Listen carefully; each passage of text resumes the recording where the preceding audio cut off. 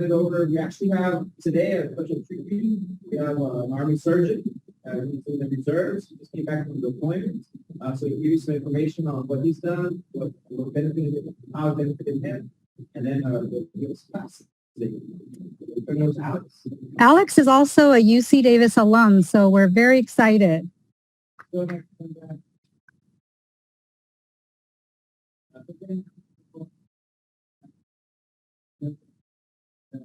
Suture is something I think the great time I really want to help out with you guys for the clinical education that we do today.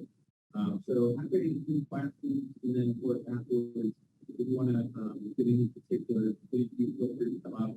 And just since we got a very small in-person, you guys are missing out out there. Sorry to be here. Can I maybe remind you for your house students who really tailor this to your guys' district? Can I get maybe your name, what you're interested in the Army or in medicine? Because again, you know, whether you're doing it or not is really up to you guys. What you're interested in medicine, and then maybe if you've got a question about Army medicine that we can answer later, I'd love to hear that from you. And I would like to go reverse order. So starting from my right to your left, give me a name, what kind of medicine you're interested in, and a question you might have for us.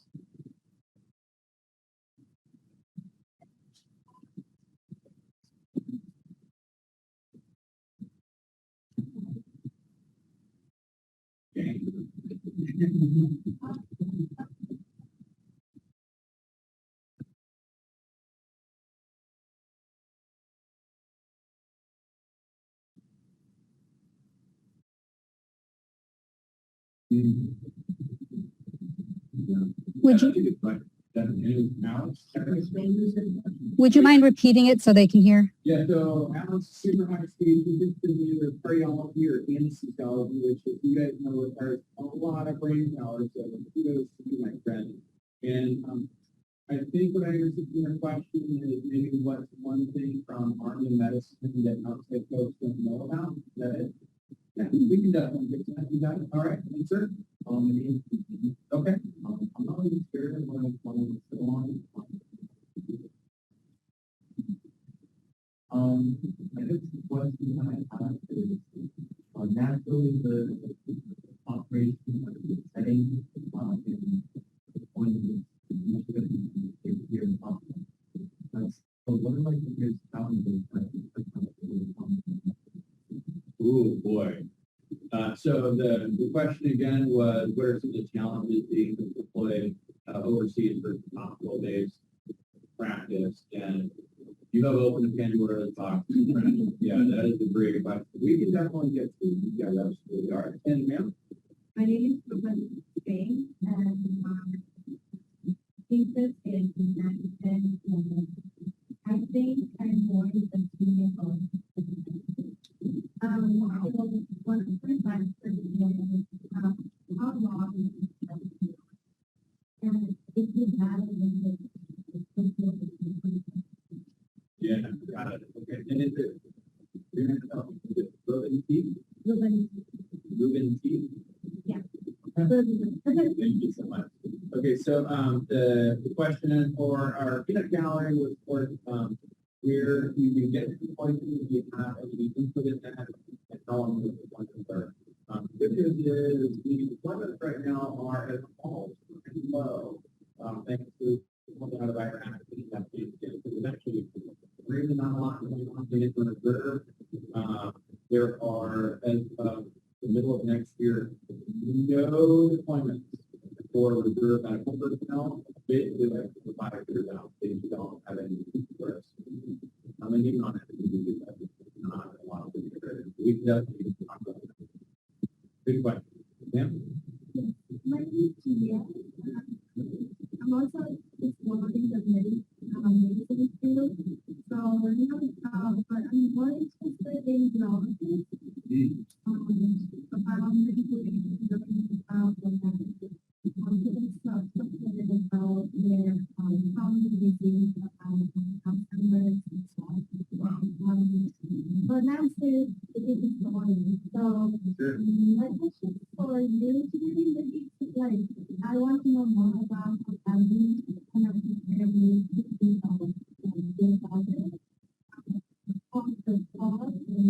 after that. That's a great question. That's really good business. Right? What are you getting at the end of it? Yeah. And for both of you guys, if you're interested in neurology, again, whether you need to you guys probably know, not only is there really exciting research, but there's also really a lot of research money that is currently being given by both the civilian government as well as the military looking at traumatic brain injury, which is, you guys probably know better than me at this point, I'm guessing, have this phenomenal cascade of inflammatory pathways and scar tissue and, all these chemical biomarkers that we really don't even understand yet. It's kind of the tip of the spear. So there's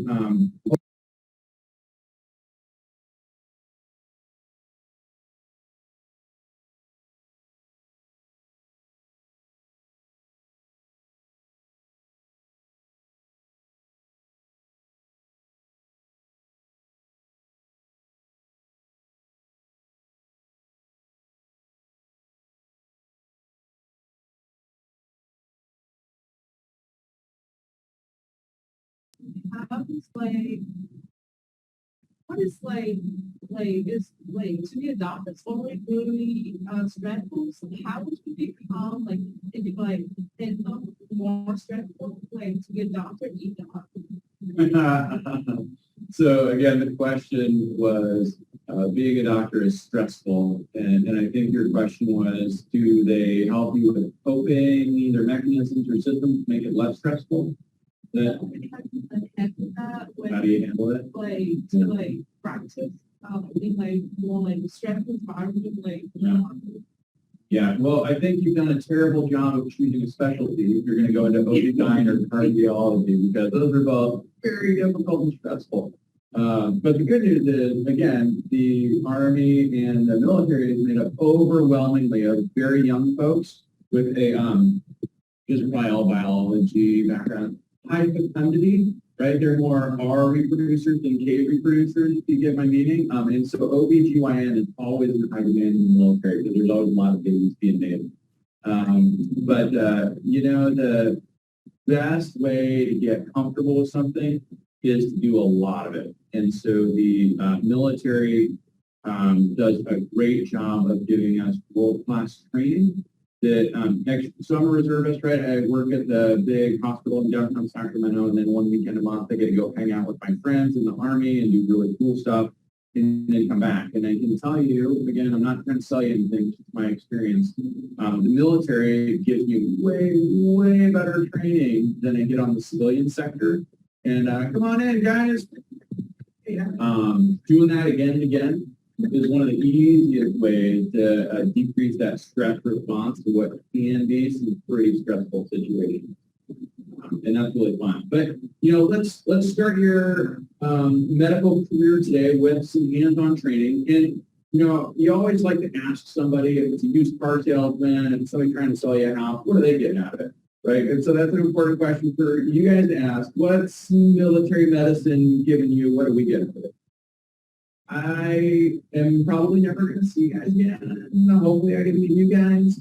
But regardless, if you enjoy this training today, and then maybe in a couple of years you're on a med school rotation, and the very first time you have to throw a stitch, you throw it really well, and the surgeon looks over at you and says, how do you do that? And you're like, well, the military showed me how to throw stitches. And even if you don't join us, we're still getting that positive feedback out there. And then maybe you do want to join us later on, and that's great. We love to work with you guys overseas. But, what we're getting out of this is we're trying to get the word out about the amazing stuff that military medicine has to offer, both you guys as practitioners and the wider community. So today we figured we'd try and set you guys up for success by just doing a little bit of hands-on. So a standard disclaimer that I've always got to give, which is these views are my own. They're not that of the U.S. government, Department of Defense, Department of Army, Navy, Air Force, Space Force, Defense Health Agency, or the Joint Trauma Service. The other one, you guys probably already figured this out, but you're definitely going to start figuring this out when you start to do your rotations in year 3 and 4. people feel very strongly about things which increasingly I care less about. So, I'm going to show you some different ways to do stitches. Somebody might tell you, I guarantee someone is going to tell you in the future that the way we're going to talk about it today is wrong. That's fine. You guys get your 4 years of med school and you're smart, 3 years of residency or 7 years if you get want to do neurosurgery. And then you get to go do it however you want. Okay? So somewhere down the road, somebody's going to tell you that what you learned today is wrong. That's fine. You just nod and smile. In the military, like say that's the north-south when you're getting yelled at, and you just kind of go, yes, sir. Right? So we'll just roll with it. Here's in medicine how we really like to go through teaching procedure. So it's not any of the really deep thinking behind it. It's just kind of the nuts and bolts. And really, no matter what procedure you end up going through, you should be thinking about these kind of as a formulaic way to break down your thought process. I always like to organize things in a very methodical way. So whether you're doing chest tube or central lines or catheters, even if you're doing like an ED shunt, if I haven't done those yet, you're drilling into people's brains, you always want to have a same way of learning how to do that procedure. So indication, why would you do a laceration repair, right? I may not be a smart man, but I know what broken skin is, right? So if your skin's broken, then maybe we want to unbreak it, right? Put that back together. And if you guys, anybody ever done any rotations from like the ER to watch stuff, right? So for whatever reason, people in the ER, they've usually got a lot of tattoos. And if they're really nice, then we will do our darndest to put that tattoo together and make it really nice. And if they're a jerk to the nurses, that tattoo may not line up when they're done. So if you want to look at it in a more concise, organized manner, I actually just stole this morning from GoodRx, I think. And it's a pretty reasonable way to start your thought process about, can you fix this yourself, or really do you want to go get somebody else's help? So that's kind of why you would do a laceration repair. And then why would you not do a laceration repair? And these are just as important as doing it. You've got to know what your left and right limits are in the military, right? Where's our operating zone? And so the bite wounds, why do you guys think maybe that you would want to sew up a bite wound? Oh, just spit it out. Infection.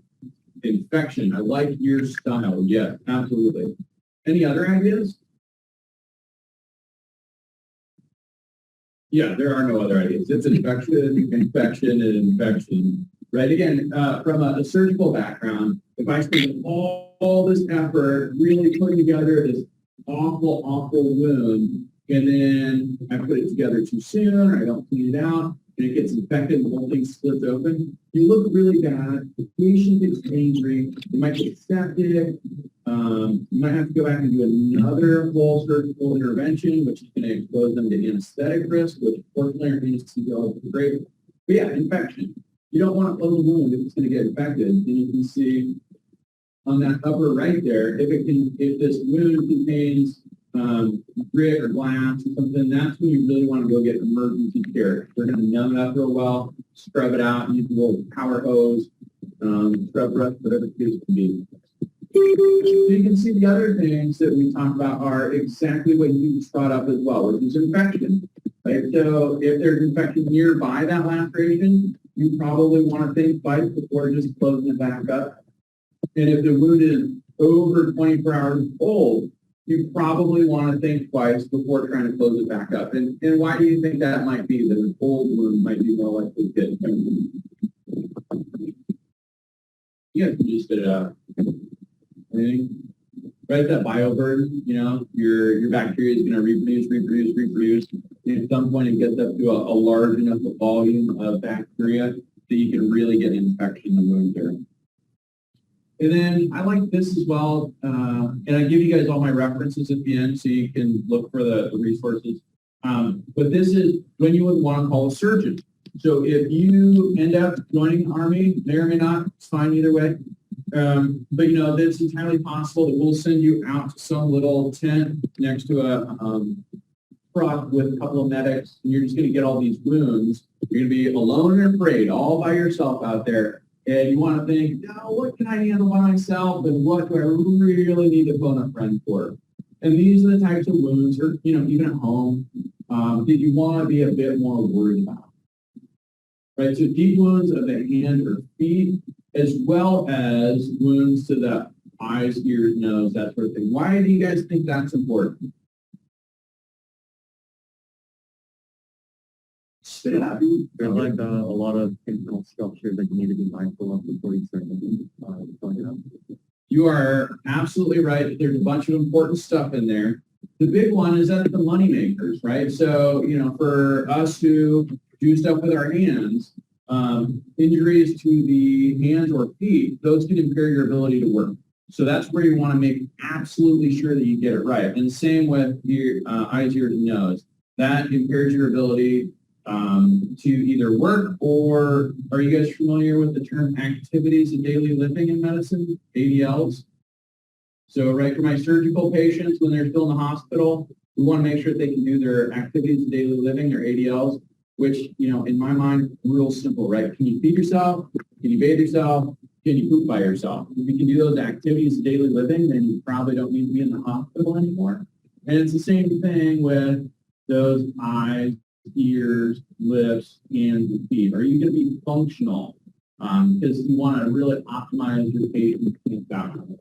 And then same thing with all the rest of them, right? So the important bits down there that you very eloquently mentioned, you being the nerves, arteries, bones, joints, deep wounds, you don't know how deep it is or what's down there. Severe crush injuries, that's a whole different thing.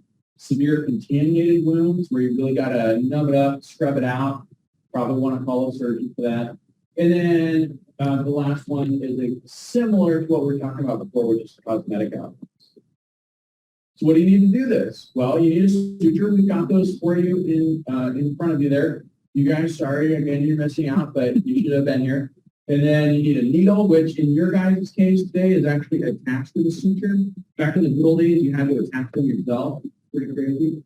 A needle driver, which is that fancy grippy thing you see there. And I'll use a reference at the end for the Wilderness Medical Society. They actually use pliers to do this, or like your Gerber multi-tool. They use that to pass out in the woods. Pickups, which is the fancy name for the tweezers that you guys all have. Some scissors or a knife to cut the suture once we're done tying the knot.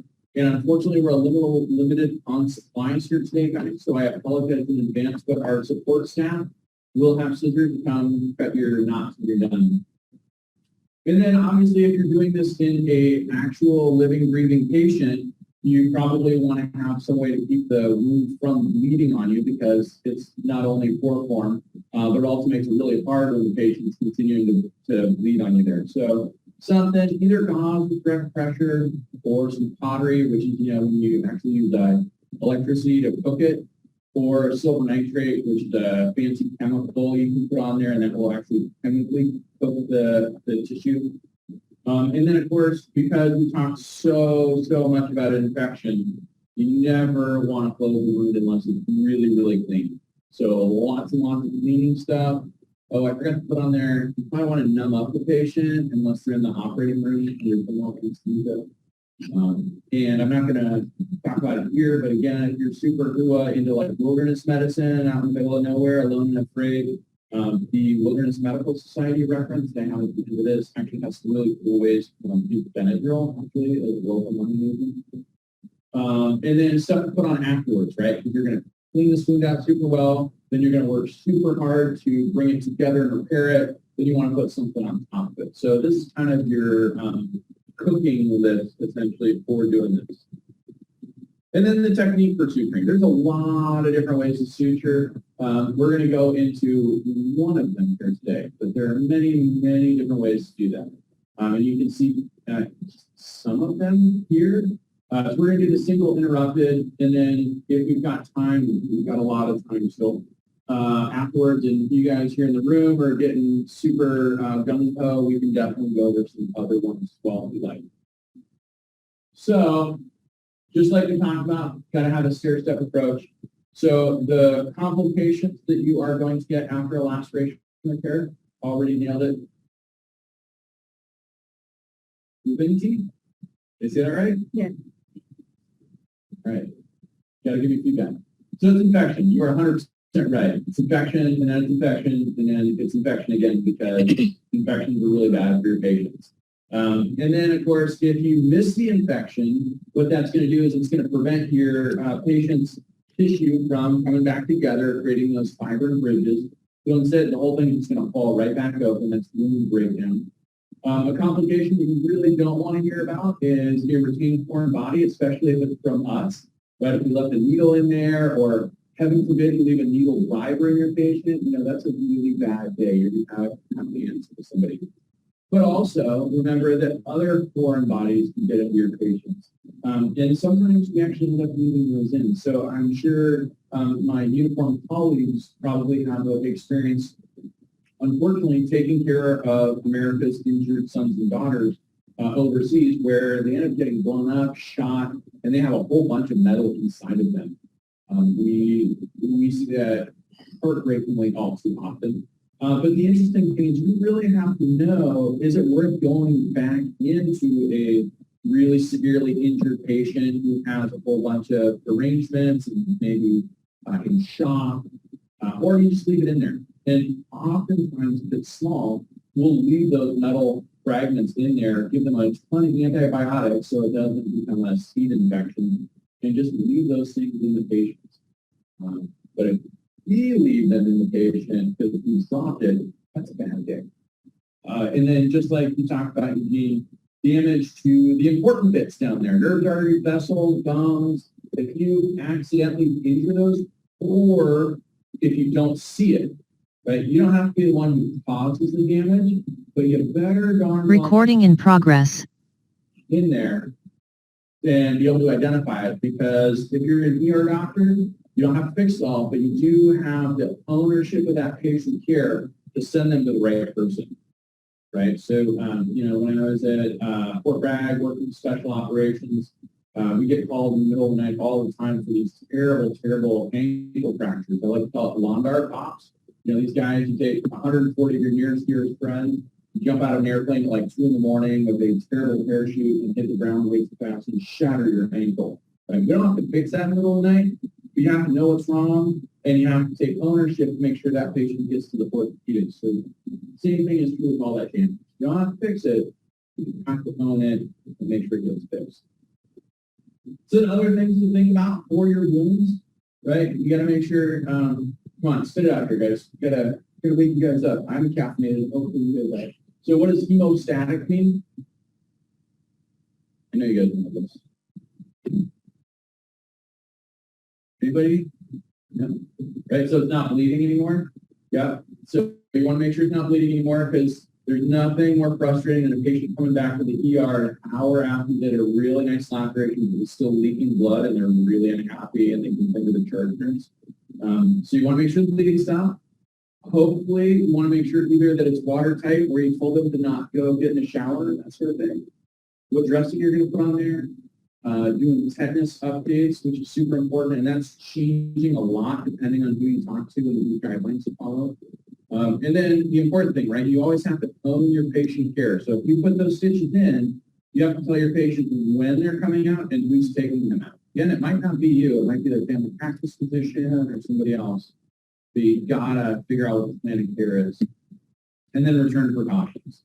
So what do you guys think would be a good reason to tell a patient to come back to your family practice clinic, your OBGYN office after a C-section, the ER, anything like that? You put in stitches, you lack repair. What are you going to tell your patient when you come back? There's a problem.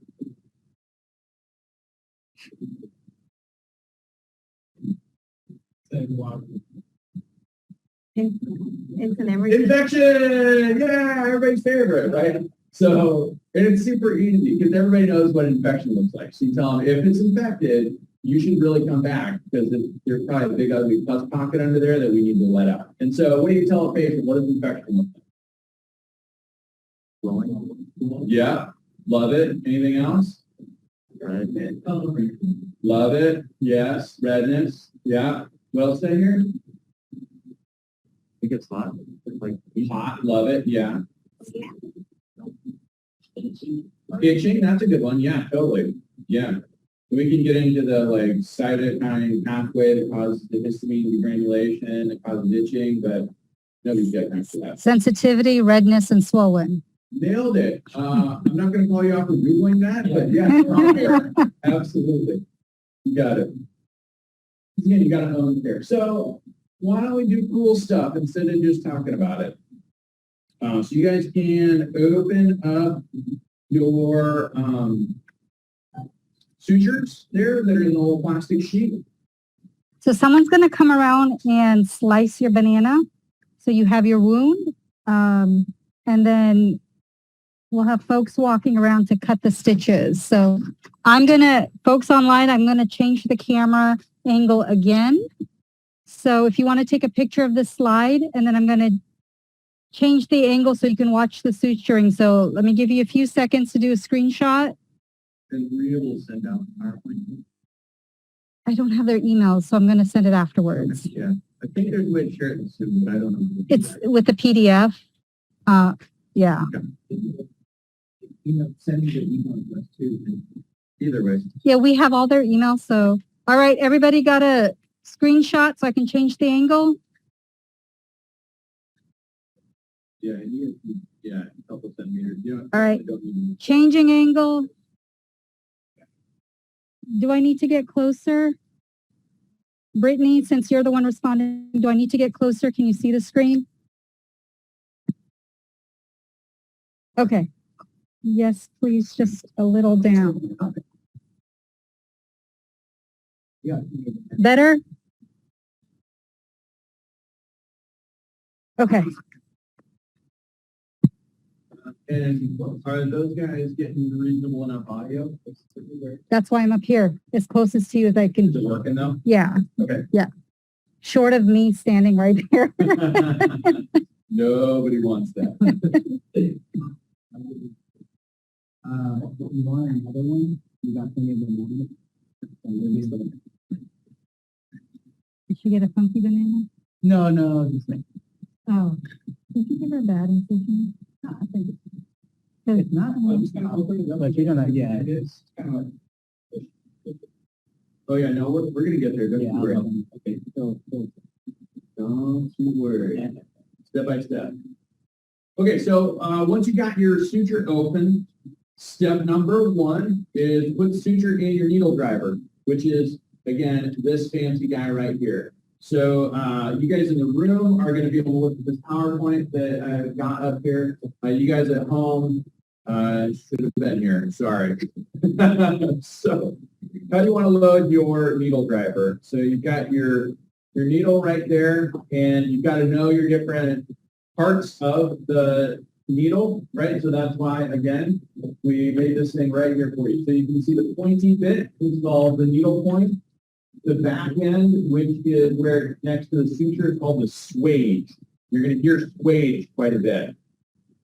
And in front of the swage is the body of the needle. So you want to use, and again, I'll bring this back to the screen here, your needle driver. And you want to be towards the end of your needle driver. And you're going to grab your needle about 1/3 of the way down from the swage. And you want to make a 90-degree angle, right? So, and sorry, but I'm going to be a bit more particular than probably a lot of your family medicine or ER folks are, because in surgery, you care about this. So you can see this guy right here is at about a 90-degree angle, and it's about 1/3 of the way down there. So that is a proper loading of your suture needle into your needle driver. That makes sense? Whether you're right hand or left hand, you have to go a certain way, right? Oh, are there any lefties in here? Show of left hands. There you are, Alex. All right, got it. So I'm going to leave it up to you guys. As a fellow lefty, I have chosen to sew right because all of the instruments are designed for right hands. And if you have a suture, a scrub tech, they're going to hand you everything as if you're a right-handed person. And so fun tie-in right to the military. So I decided when I went to boot camp that because all the guns are made for right-handed shooting, that I would shoot right-handed. And so my personal motto in life is you should be able to shoot with both hands, you should be able to sew with both hands, and you should be able to swing a hammer with both hands. If you're building a house, you have some really tight corners, you got to hit with both sides. And when you're sewing, you can't always get in the right spot. But if you want to be weird, like I am as a lefty, then yeah, you would obviously put the, oh man, that feels weird. You put the needle driver in your left hand, and you'd be bringing your needle towards the right. So that's a left-handed load there. So I'm about a third of the way down, and I'm at a 9-degree angle there.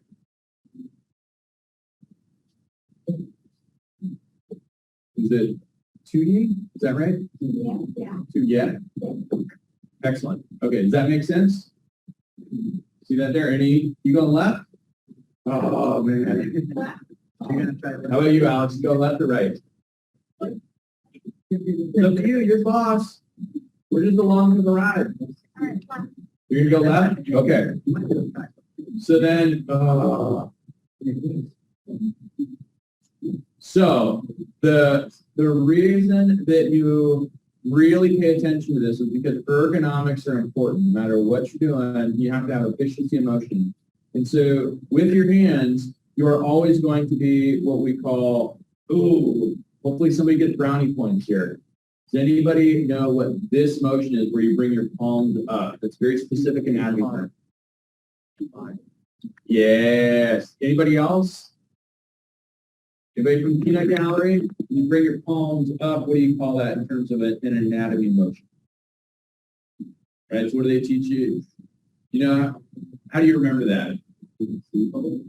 Holding the bowl of soup. Exactly right. So you're holding a bowl of soup. So every motion that you're going to want to do with suturing is always starting out and then flipping your wrists in, supinating. Always, always, always, whether you're right or you're left. Okay, so step one, done. Everybody has the needle loaded, whether you're weirdo lefty like me or normal righty. So then the next step, here we go. It's so exciting. Oh my gosh. Hey, I'm going to go back to you're going to take that first bite. It's not going to be a great bite, but it's going to be a bite through the skin. Yeah, that'll be 90 degrees, third way down. Okay, so we are, right, here's my hands. We're going to supinate. We're going to bring those hands in. So what that means, if you're right-handed, you're going to start on the right side. If you're left-handed, you're going to start on the left side. And you have to go 90 degrees into the skin. You can see the picture that we've got here for you. See how the needle is starting at 90 degrees of the skin. Most people, even, God bless them, those ER doctors, don't understand you've really got to go 90 degrees to the skin. So the way you do that, yeah, you've absolutely got it. You've really got to flex your wrist way far back. Whoops, no, that's the way. Where is it?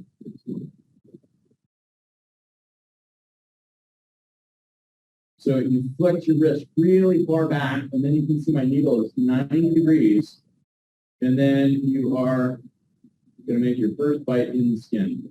Right? So you poke about 5 millimeters or so back, pop in, and then you're going to come up underneath and let go. If you really want to make it easier for yourself, and I recommend you do, then what you can do is you can use these pickups here, and you can actually invert the edges, right? So you show yourself everything you're going to be doing. Isn't that so much nicer?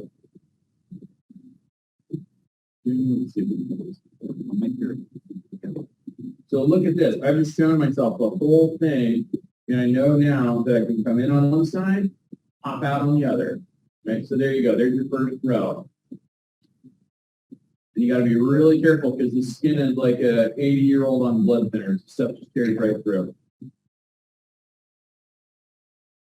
So once you've got your needle through, this is where you are going to load the needle again. So you're actually going to grab the needle with your pickups, pull it the rest of the way through here, and then you want to load the needle driver again, just like you did the first time. So it's just past the swage, about a third of the way down, 90 degrees. Make sense? Question. So how close do we need, so how close do we want to be towards the edge of the skin? Yeah, that is such a great question. And has anybody ever heard this before? I'm guessing you probably have. What is the best answer in medicine always? You guys heard this? Anybody at home? What is the best answer in medicine? Hey, I didn't hear the question. It depends. How far back from the skin edge your needle goes depends on a whole bunch of different factors. It depends on how thick the skin is, right? Because you've got some really thin areas of the body. The face is just about the thinnest. And the bonus points trivia round. Anybody know where the thickest skin on the body is? Your feet. Feet. Oh, bottom of the feet. That's a good one. Not normally, but it can be if you got some weird crazy fungus going on. No, it's the back. So the skin on the back is just insanely thick, which means it can hold a better bite. And then also the really big question that depends on how far back you want to be is how much tension the wound is under. Are you going to really be pulling on it? And how big the defect is. So there's no standard answer, but for a normal one, it's about 5 millimeters. You seen those videos where people have piercings on their back and they're being strung up on Yeah. pain? Yeah, that's Their great. back is so stuck. No, thank you. Okay, so we have now gone through our first pass. We've reloaded the needle and we're ready to do our second pass. This is where I want to take a second to foot stomp how you, when you're a med student on your first rotation, can look like an all-star, right? Because I want you guys to go out there and whether you join us or not, just say, oh, I got great training from the military. Those guys know what they're doing. So here's how you look good when you're throwing a stick. How easy do you think it is to control this needle tip when your fingers are all the way back here in the holder? There's a lot of leverage on it, right? It's a long way away. So don't do that. Cheat. Make life easier for yourself. So instead, what you're going to do is you're going to choke up. Choke way, way up to basically where the hinge is. And if you grab up here, boy, you have so much more control. And it makes it so much easier. So you can really figure out exactly where that tip is going. And even a lot of the senior surgeons will really like choke all the way up here so that they can have all that fine dexterity driving that needle wherever they want. Okay, so now we've got the needle loaded again, and it's time for our second pass through. So our second throw, what was the angle for our needle when we get into the skin? It was 90 degrees, right? So what do we think the angle of the needle is going to be when it's exiting the skin? Like your style. You got this. It's going to be 90 degrees. So it's really easy. Again, let's optimize our chance of success. So we're going to take your pickup with your non-dominant hand, whichever side you choose to use.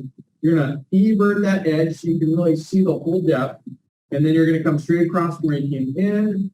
You're going to go about 5 millimeters. You're going to drive that suture at 90 degrees straight out of the skin. Once you got it poking out like this, then you just grab it with your pickups, release with your needle driver, and pull, pull, pull, pull, pull, pull, pull, pull, pull. Oh my gosh, you guys got the long. Holy smoke. Pull until you just got a little bit of tail hanging out.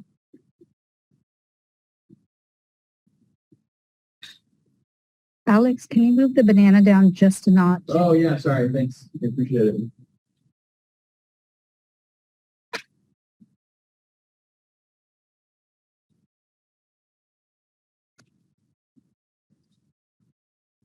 All right. A question. Send it. When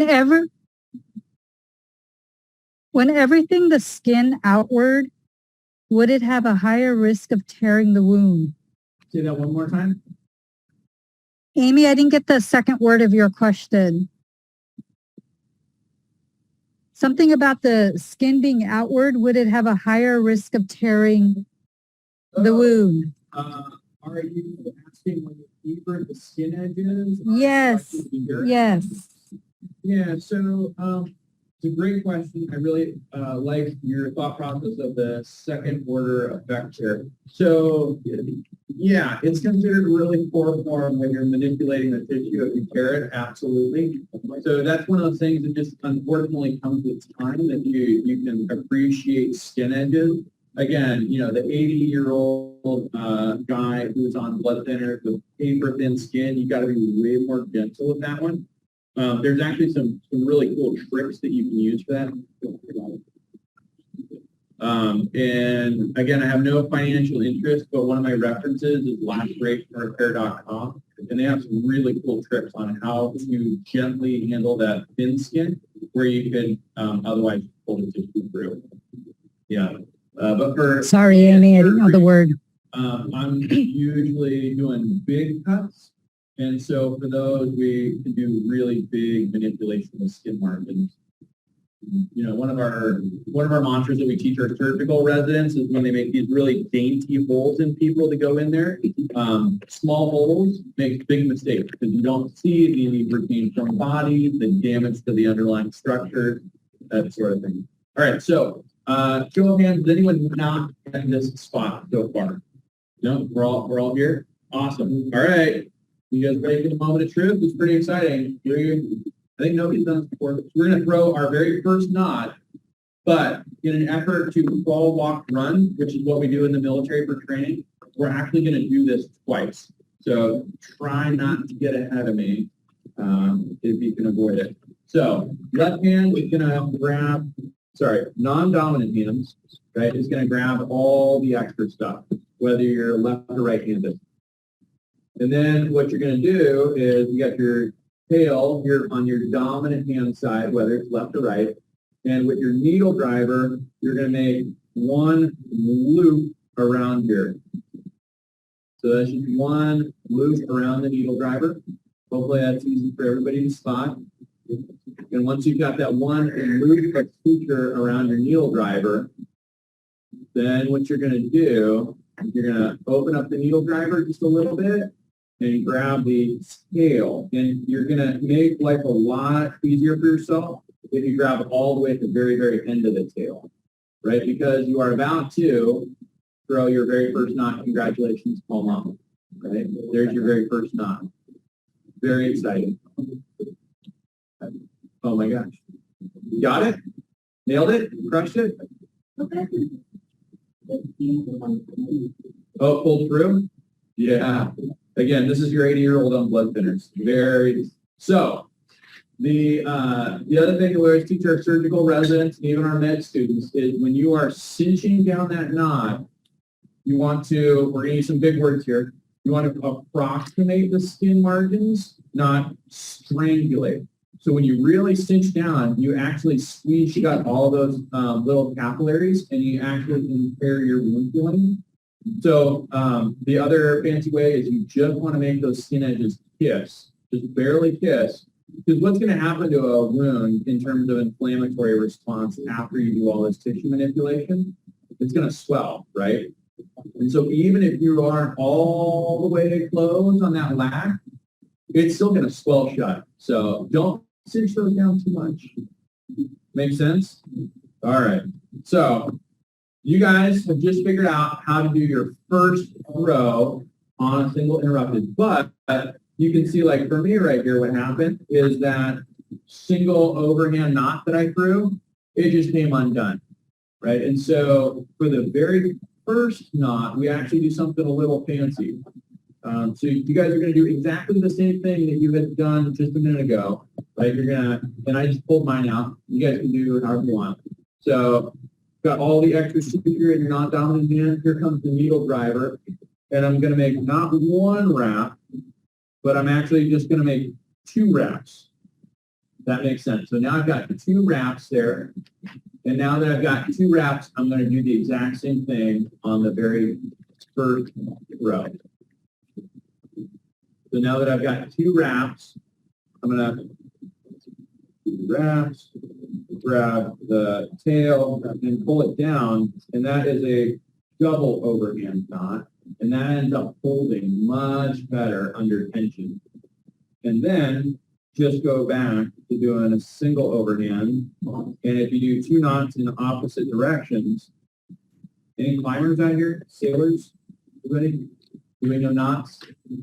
All right, two overhand knots in the opposite direction makes a square knot. You remember from Scouts as a kid, right over left and left over right makes a knot that's tight, tighty, and tight. That's a square knot. So you do your 2 throws in one direction, 1 throw in another direction. You have now made a square knot that will hold itself down. Congratulations, very exciting. And then to get that knot, you can see here on my screen, off of the incision so it doesn't cause swelling. You're going to actually pull it to the side, and that makes it look nicer. It's also, again, going to prevent that knot from eroding on your inflammatory scar there. And then get there. You're going to cut it, and we'll do a whole bunch more. So with that said, the question is, I'm sorry, doing a sweat.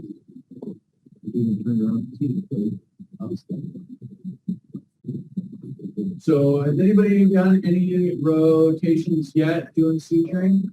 All right, so once you get to know your surgeon quite well, if you feel like giving them some sass, I do not recommend this on day 1. Right? You will not be invited back. But the joke that we always have with med students, right, is we always let the med students in the OR cut the sutures. We'll probably do the important time. We'll give them the scissors. And the ongoing joke for the med student, right, is they always cut the sutures either too long or too short, right? You can see here in our little graphic that perfect window right there is real small. So if you want to give your surgeon sass when he gives you the scissors and asks you to cut the sutures, you can just ask him, do you want those sutures too long or do you want them too short? Because you know that you're not getting it right. Okay, so that's really a simple interrupted suture. Travis, you got anything? And we're going to do a lot more practice because perfect practice makes perfect. We've got about another 15 minutes or so. Here's just a little primer on some of many different ways that you can use it. So you can see on the top, if you were to do a whole bunch of these simple interrupteds, that's what it would look like. Again, you can see that whoever was closing this ended up pulling the knots off of one side, so it's not irritating the incision. Good for them. They did a nice job closing. The B one in the middle here, this is known as a running stitch. You actually tie one knot at one side, and then you just loop, and then you tie a knot at the end. A lot of people call it a baseball stitch because it actually looks like the stitching on a baseball. And then at the bottom, this is a exposed version of a running subcuticular. So this is a really fancy one for like on a face or somewhere where you don't want to leave any scars at all. You can actually run that stitch under the skin and then pull it tight and it'll just sew the whole thing up like a zipper. That's pretty fancy. We definitely don't have time to cover that. But a little bit of it's in. And then these are some of the references for different stuff that I pulled down. Again, I have no financial interest with LacerationRepair.com. It is a paid service, but they have some cool stuff for free. I would highly recommend bookmarking the AAFP if you are going into medicine, the American Academy of Family Practice Physicians. And just because they're good people, they have a bunch of great stuff. So I still look them up for how to manage kidney stones and burns and that sort of thing. It's just free and it's out there.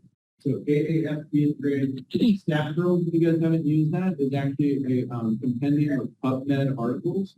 So it's almost like up to date for free. And it's got a bunch of different journal articles, and then wilderness emergency medicine is always fun to come through there and see the crazy stuff that people are doing, alone and creative. So we'll do some more practice here. We got about 15 minutes. The The reminder, of course, is adult education has 5 stages of mastery. You guys have now hit level 1. Congratulations. Which also means that you have just a unending opportunity to continue to expand your practice and grow and develop as a provider. And remember, this is super fun. You should do lots more of it because practice is fun. And then you guys are throwing some sutures. So just as a quick shout out, this is my email address. You guys are always welcome to email me. And this is my last deployment working with special operations in Africa.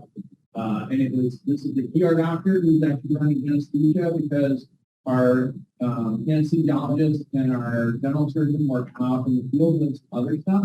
And we had this guy who needed to get his tourniquet taken down. So it was me and an ICU nurse and a medic. And there we were in the middle of nowhere, alone, afraid, doing surgery with like the nearest medevac, I think, was maybe 8 hours, 12 hours. But that's to answer some of your guys' questions, the type of training opportunities that you get to prepare you.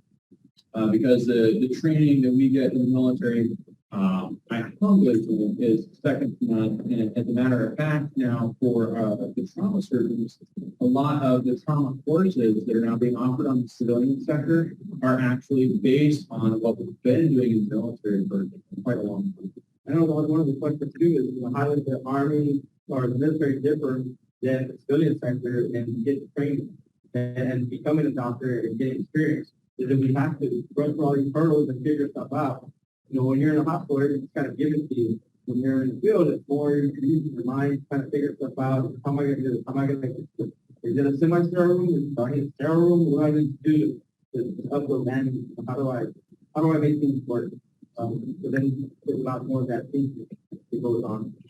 Yeah, and it's interesting because you guys probably have started to look at. So you're going to go to med school, it's going to be 4 years, then you're going to go to residency. Residency is supervised by ACGME, the Graduate Medical Education for Physicians. ACGME is very, very particular about making sure that you get the appropriate education at your residency so that you are qualified to sit for the boards and then practice as a board certified physician in whatever career field you so choose. And so in answer to your question earlier about what's the difference between civilian and military residencies, military residencies have to provide all of the same education that you get at a civilian residency because that's how they maintain their accreditation for ACGME. And on top of that, they actually have additional education that is required just so that you are qualified to go deploy as a physician of fill-in-the-blank variety. We actually will often even deploy our OBGYNs as a junior general surgeon if we can pair them to a senior general surgeon because you need 2 general surgeons to go into an abdomen. We don't have enough general surgeons. And so if we've got a senior general surgeon and OBGYN who goes into the belly every day, that's a pretty good resource for us. I'll say the other very interesting thing that not a lot of folks know about is money, right? Everything in the end comes down to money, and residencies come down to money. So, curiosity, do you guys know who pays for residencies? This is kind of an in-the-weeds question that most folks don't know. I'm going to be really surprised and impressed if you do, because most of my peers don't even know this. Anybody out there? Can't Google it. It's not allowed. So what's really interesting is Medicare actually pays for your residency at a civilian hospital. And this will get to your questions in a minute. And you are, as a physician, allowed one residency that Medicare pays for. So the reason that's important is because if you go to a military residency, that actually doesn't count as your Medicare residency. So I know a number of people who have come into the military. They've gone to a residency of some variety in the military. They decide, no, the military is not for me. I'm going to get out. And then they go out and they can actually apply to a second civilian residency and they can be completely dual board certified. Or I actually know 3 physicians in the military who have come into the military. They will practice at one of our military treatment facilities, a hospital, and they'll do their whole residency. They'll do their payback period, and then they will be outside of their payback, and they'll say, no, I want to go do a whole nother residency, and they can do that. And then once they're out of that payback period, they can say, the military's not for me. They can get out of the military and then actually go to a Medicare residency on the civilian sector, which is very interesting. So yeah, one of my great mentors is a board certified critical care trauma surgeon. And he started life in the military as an internal medicine physician. So he did the 3-year residency, worked for that for a while, and said, I really want to do surgery. So then he went and did another 5-year residency. He's crazy. All right, so sets and reps, right? Practice. So show of hands, anybody need help doing some more suturing? Because we got lots and lots of sutures to do. And maybe we take this time. Any other questions from the folks at home? Zoom folks, if you got questions, this is a good time. Yeah, you got it, Alex. What do you need, Lefty?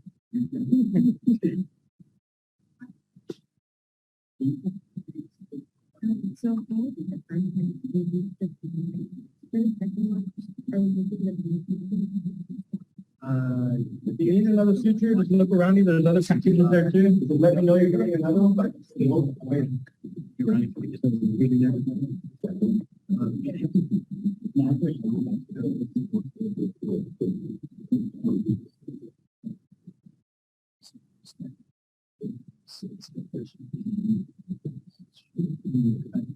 your hands dirty? Huh? Not getting your hands dirty? You need to do the 2 years ago. It's harder and it's easier. It's harder to poke through, but it's easier. The things are so delicate when you pull it, it's upright up. Yeah, I would bring this. Because we're going.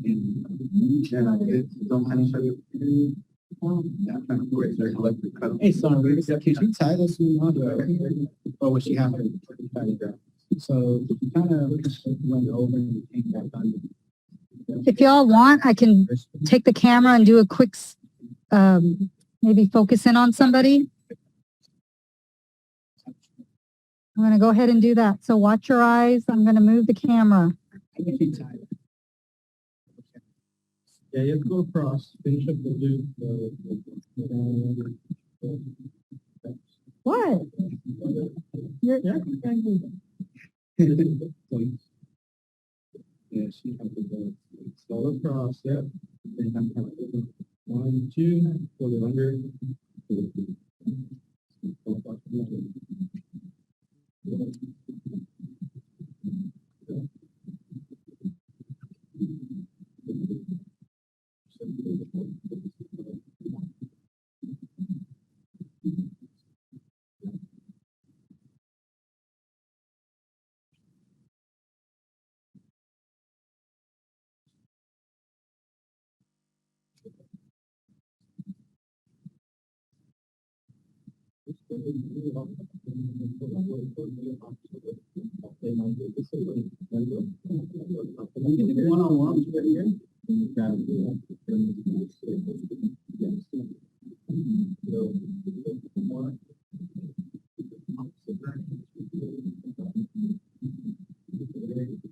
so I'm going to move the camera again and take you to the lefty.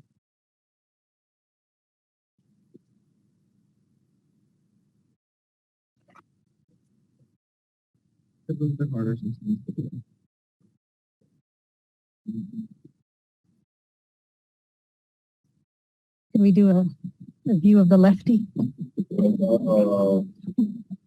Absolutely. Is it okay, Alex? I don't have you on camera. All right. Okay, go for it. Show us how you're going to throw that knot.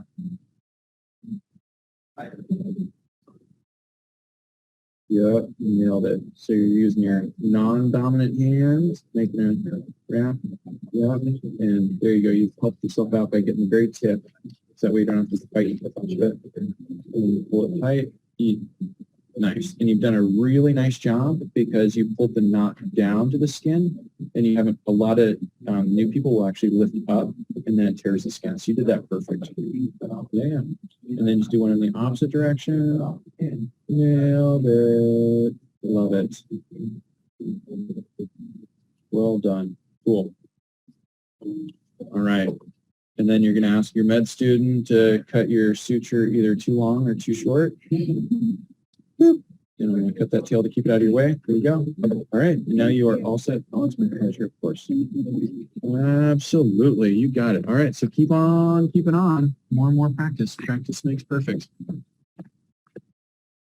Yes, sir. Tie that off at the end. Magic. Are you trying It to, was the level 5 technique. are you trying to get that one going there? Yeah. Are Well, you running? he got one running here, Oh, but he's cool. coming towards the end. Yeah, yeah. So again, this is way outside the purview, Right. but if you want to impress your girlfriend, you can do this at the bar. So let's see. So you've already come out? Gotcha. So nicely done. Your style.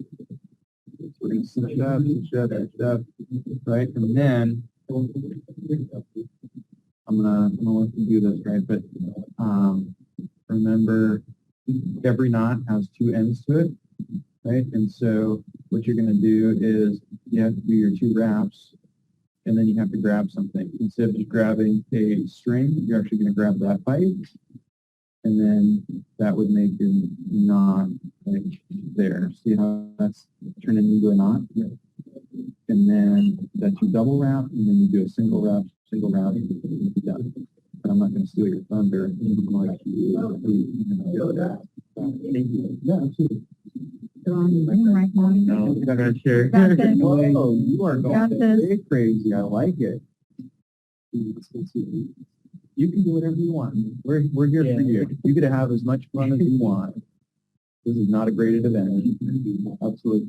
So, is that like a running horizontal mattress? I like it. Yeah, that totally works. I haven't seen it before, but it totally works.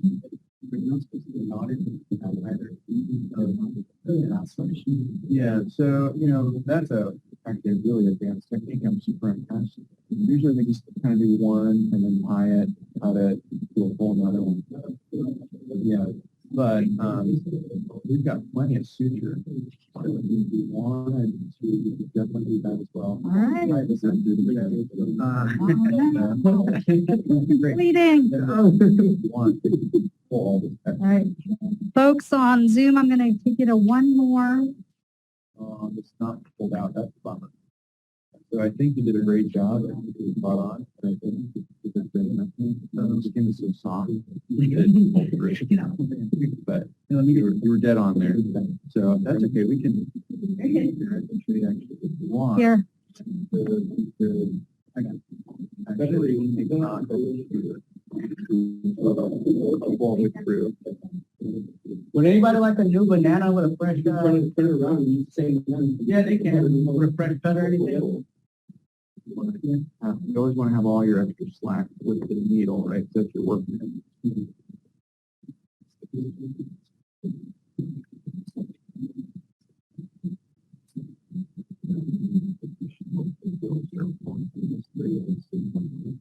Yeah. Cool. Love it. Great. So if we were to try and see this skin is just falling through, it's not good. All right, so if you wanted to make a knot here, just like we were talking about with the keys, what you can do, oh boy, there's not a lot, pretty tight, but you could actually do your wrap like you normally do, and then you could grab this loop instead of a bite, and then see how you're making an overhand knot there? And so that could be your anchor knot at this side. And then you could do the same thing over here with both a loop and then your needle. Does that make sense? Go for it. All right, friend, how you doing over there? Looking good? Yeah, it's feeling good? Nice, I like it. Awesome, good job. Alex, how you feeling up there? All right, folks on Zoom, since this point, they're just practicing. I am going to go ahead and turn off Zoom. Thanks for joining us today. It will be completely virtual the next 2 days. We have a med school trip tomorrow. Same link, and then Karen Draper and I will end it on Wednesday. So thank you for joining us. I will see you all tomorrow on our field trip. Hopefully I didn't make you all too sick with the camera moving, but I wanted to get you as much angle as possible. So thank you again. Recording stopped.